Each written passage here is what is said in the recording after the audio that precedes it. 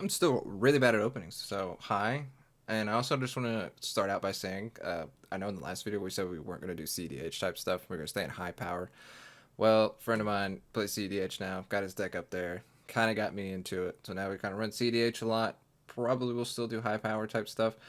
The videos here will probably be a little bit more spaced out because of that, since we've kind of gotten more into the cEDH aspect, and new cEDH commanders aren't as common as high powered commanders, right? I also like to note that we stream live on Twitch on a semi-frequent basis. Things are going to change. There's no set schedule, but we typically play public spell table. Sometimes we'll do private games with some people, but if you guys want to ever catch a game of Commander, just jump on in. Like I said, at the moment we're playing cEDH and stuff like that. Could easily go back down to playing Azusa for high power stuff, but anything less than that is kind of boring and slow. I also want to note in this video, like, I probably won't have as many gameplay clips as I did in the Azusa video, because let's face it, this deck is kind of broadcasted. It's well, it's introduced to Commander. It's Kels Fight Fixer. So Kels has a triggered ability that says whenever you sacrifice a creature, you may pay a hybrid blue-black to draw a card. Then she also has the ability to pay one of any color and sacrifice a creature and make her indestructible until end of turn. And it should be noted that you can sack her to herself, and that will still trigger her first ability, right? It says a creature to another creature, so that will still work, right? It's probably pretty obvious that this is a like Adnos, Scepter, Consult, Thoracle deck, right? It's kind of broadcasted there, so it won't be a big surprise to anybody there, right? And also, I should also note then that means she's not as good as Thrasios, because Thrasios only needs colorless to scry and draw a card. Immediately kind of puts her down on the list, but we're doing the unpopular commanders here, and she's number like 468 or something on EDHrec, so we went with it. So the first thing we're going to move to here is we're going to talk about like the card draw, card selection, advantage, whatever. Anything that puts cards in your hand or lets you select cards that you want, right? Or at least cycle through your deck a little bit, so like cantrips and stuff. Obviously, right there, ad nauseum. You don't draw cards with it, but you draw cards with it, right? Dark Confidant. Again, it's not technically card draw, but it is. I mean, it takes a card, puts it in your hand. Mindblade Render. Warrior does combat damage. Lose life, draw a card. Noted that she herself is a warrior.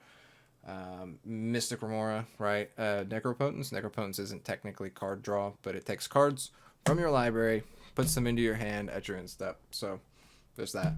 Rhystic Study, kind of obvious. Time Twister, Windfall, right? And you got cards like Brainstorm, which doesn't actually give you any more cards in your hand, because you got to draw one and draw three, put two back, and then one of the cards that was in your hand is now in your graveyard. Brainstorm.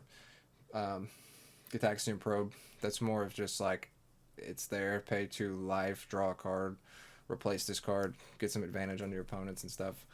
Limdul's Vault doesn't actually draw you any cards whatsoever, but it goes to that card selection advantage type thing, right? Where it's like you got to pick which 5 cards you wanted. You got Ponder, Preordain, the Sensei's Top. The Sensei's Top goes infinite in this deck with a combo. Also, you just get the card advantage, like looking at the top. Then we got Narset, which Narset's kind of also a control element of the deck, right? Your opponents can't draw more than 1 card each turn, but you still neg 2 her and put a card in your hand, right? And then same thing with Jace over here. He can obviously win you the game by drawing out your deck, but also he draws you a card. We're going to move over to the control aspect. You'll see Narset here again, right? We don't run too much control in the deck. We got Ashiok, Notion Thief, Op Agent, Praetor's Grasp. That's a little bit of a hard one to resolve over spell table. Typically, you just say, oh, hey, I want this. Everybody knows it, even though it's not supposed to be like that. Yeah, you can use it to either deny them their win cons if you know what they are in their deck, or to grab your own. So, like if somebody's running Consult Thoracle, you can grab either one of those, right? Let it be noted, too, though, that you do have to have the colored mana that the card requires, because you can't spend mana as though it were mana of any color. But this deck runs a lot of the rainbow lands for Tainted Pact reasons, right? So you might be able to get away with it anyway. And then we have Thoughtseize. Look at their hand, make them discard something. It can be brutal since it's 1 black. You just do it turn 1. Should probably run more counterspells than 10, especially since Muddle the Mixture is kind of not in here to actually be cast, meant to transmute, but it can be in desperate situations, right?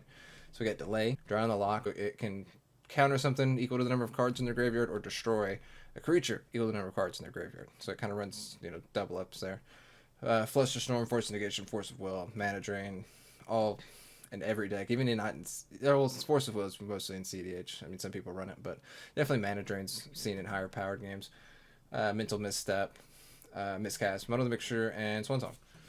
And then we're gonna move over to, well, we're gonna put Dark Ritual here. It is a 1 black, add 3. Everybody knows what it is. It's not a mana rock, which we're about to go to, but it's whatever. We'll call it a mana burst, right? I don't actually run Cabal Ritual though. It's on the considering list.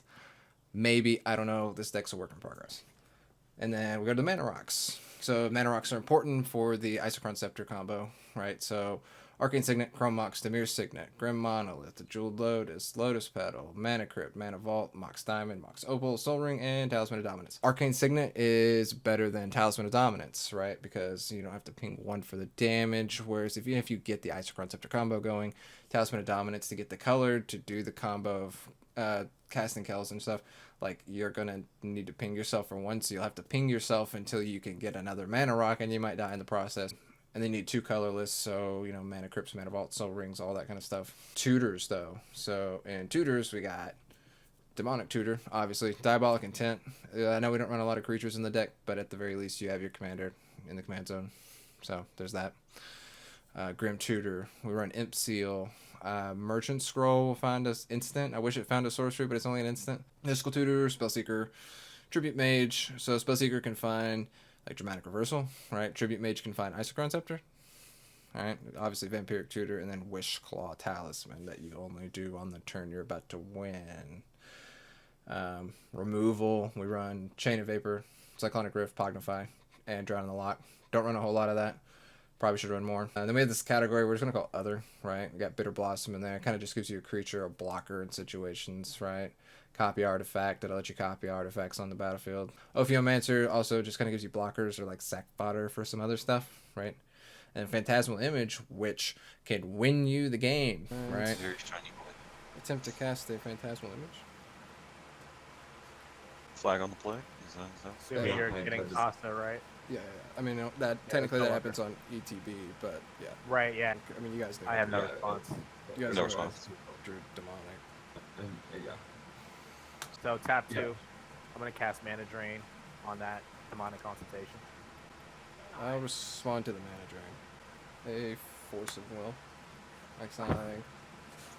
Phantasmal Image can also copy like Dockside lands. Ancient Tomb, Bloodstained Mire, Cephalid Coliseum, City Brass. Let's stop there because they're all just different lands. All right. And then now we're gonna go over to the win cons of the deck, which we've kind of talked about as the video goes on. Demonic Consultation, Dramatic Reversal, Isochron Scepter, Labman, Tainted Pact, Thassa's Oracle, and Jace with Sensei's Divining Top as well. You need a combination of a couple of these things along with mana rocks. So Demonic Consultation, Thassa's Oracle, self-explanatory. You can also Demonic Consultation your deck away with like Jace and Labman and just cast Kels, sack her, draw a card, win the game, right? With Jace you can actually just tick him. But anyway. And then the more like the combo that you need Kels for, the reason she is sitting in the command zone is Isochron Scepter, Dramatic Reversal. So if you guys don't know, cast Isochron Scepter. Imprint, Dramatic Reversal. As long as you have 3 mana in mana rocks and non-land permanents, you can tap Scepter, cast a copy of Dramatic Reversal, untap Scepter, untap mana rocks, and just go with infinite mana, right? As long as you're netting at least 3. So that, you can take the Scepter, the mana rocks, and as long as you can make a black, you can cast Dramatic Reversal, get your infinite mana, cast Kels from the command zone, infinitely, sack her to her own ability, pay the 1 to draw a card, and infinitely do that and draw out your deck. Which then, Thassa's Oracle, Jace, Labman, those all come into effect there. This deck cannot win without one of them, which is why all 3 of them are in here. It's the only thing the deck wants to do. You just got contingencies for it. Same thing with like Tainted Pact and Demonic Consultation with the Oracle, right? So Demonic Consultation doesn't work. Tainted Pact works. That's why all the lands are different. I'm just gonna crack it and pass. Do I risk something on his instep is my question. I'll do it because it's cEDH and we always go for it, right? Yeah. What happened? Why are you upside down? I'll take 1, attempt to cast a Demonic Consultation. Oh my. I'll name Dramatic Reversal. What's the dramatic revulsion doing? Come on, don't be in the top 6. Isochron Scepter combo for that shit. Okay. There's the 6. Come on. Don't hit anything super valuable. Come on, don't hit like all there's one win con. Don't hit all of them before we find this thing. There's the other one. If we hit Thassa's Oracle, we just lose this game, boys. Maybe he's the last one. Oh Oh no. no, bro. Oh no. Are you Oh sure it's not in your hand? no. Oh, we lost. There's dramatic reversal too. Jesus Christ. Pretty much over with the deck tech. It's pretty self-explanatory cEDH deck. It just does what Dimir does in cEDH. So we're gonna go ahead and wrap up. Like I said, you guys can check me live on Twitch. I'm gonna put the link in the description. I'm gonna put this deck list in the description. Hope to get y'all next time. Like I said, we're gonna try to do some actual gameplay videos here soon. I just gotta find people willing to do it, figure out how I want to do it, how I want the editing to work, because I'll have to do all the editing. We'll figure that part out. Everybody have a good day.